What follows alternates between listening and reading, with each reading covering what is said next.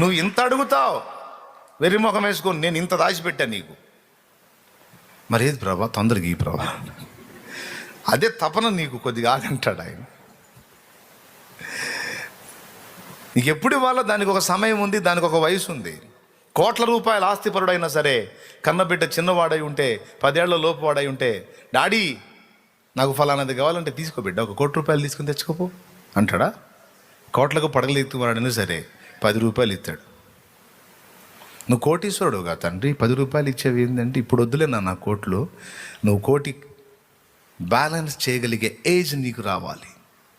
అప్పుడు 1 కోటి ఏంటి, నా కోట్లన్నీ అసలు అన్నిటి తాళపు చేతులు తాళపు చెవులు నీకే ఇచ్చేస్తాను. నీ డాడీ మా డాడీ శ్రీమంతుడు, కాకపోతే ఇప్పుడు మనం పిల్లలం, అందుకే పైసలు ఎట్లా చెడిపోతామని. దేవునికి స్తోత్రం కలుగును.